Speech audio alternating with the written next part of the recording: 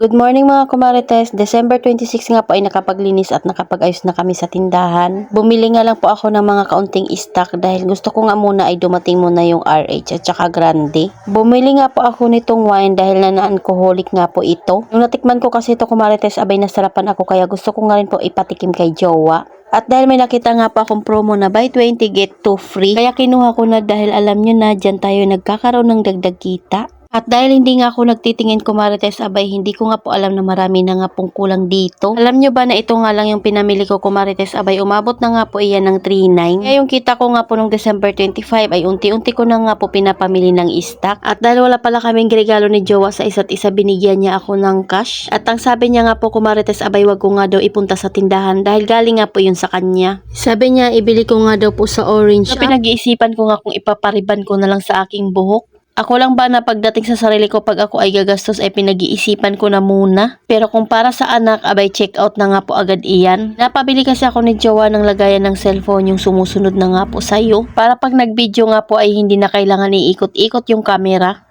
Medyo namahalan nga ako kumarites dahil nasa 1,000 nga po yun mahigit. Kaya sabi ko sa kanya na pag-iisipan ko na nga muna bago ko nga i-check out iyon. Sabi niya ay wag ko na nga daw po pag-isipan dahil hindi ko naman nga po pera yun dahil pera niya nga po yun ay binigay sa akin. Lagi nga pong naka-timeslap itong aking video kumarites dahil kung hindi ko nga po ito gagawin baka abutin pa tayo ng bukas. Mukhang saglit ko nga lang ginawa ito kumarites pero ilang oras ko nga rin po iyan ginawa. Buti na lang talaga kahit papaano ay meron nga po akong stock dito kaya nagre-refill na nga lang po ako. Yung mga lagayan kasi nila ay wala na nga po talagang mga laman. Simula nga nung ginawa ko itong pinagpuputol-putol ko na nga po yung kape pati na nga po mga gatas at shampoo ay less na rin po talaga yung mga napunit. Mas mabilis nga rin po ibigay sa customer kahit sabay-sabay pa.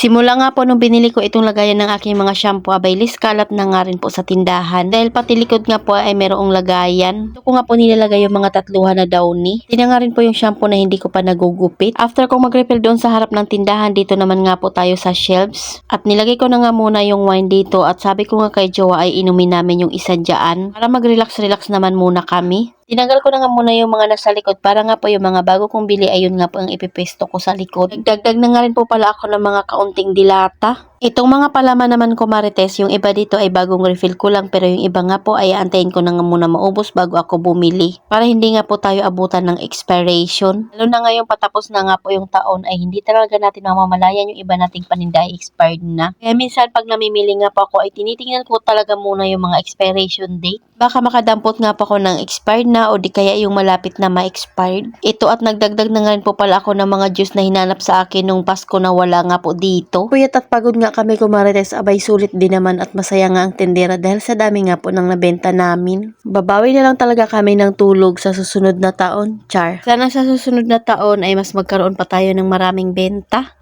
Para magkaroon din tayo ng madaming ipon. Kaya naman sobrang thankful ko talaga kumarites dahil kahit pinagdaanan ko nga po yung tumal ay hindi ako sumuko. Kahit na halos wala na nga pong laman yung aking tindahan ay hindi ko rin sinukuan iyon. Dahil kung sumuko nga po ako kumarites abay hindi ko mararanasan ang kumita ng malakas. Ang kumita ng higit pa sa inaasahan namin. Hindi naman talaga mapapa-thank you Lord na lang kami sa mga blessing na natanggap namin at sa mga naranasan namin na naging lesson. Dahil kung hindi namin pinagdaanan iyon abay hindi nga rin po kami magiging matibay. So ito na nga po yung itsura ng aking tindahan pagkatapos ko maglinis, mag-refill at mag-ayos. Yung chicheria ay hindi pa ako nagdagdag dahil medyo marami pa nga po iyan. Kaya malaking bagay din talaga na natutunan kong mag-vlog dahil isa nga po ito sa nakatulong sa amin para makabayad sa aming mga utang. Kaya ngayong taon naman nga po ay itong bahay naman nga po namin ay aming pagagandahin. So ayun lang muna kumarites. Salamat sa panonood. Follow for more. God bless us.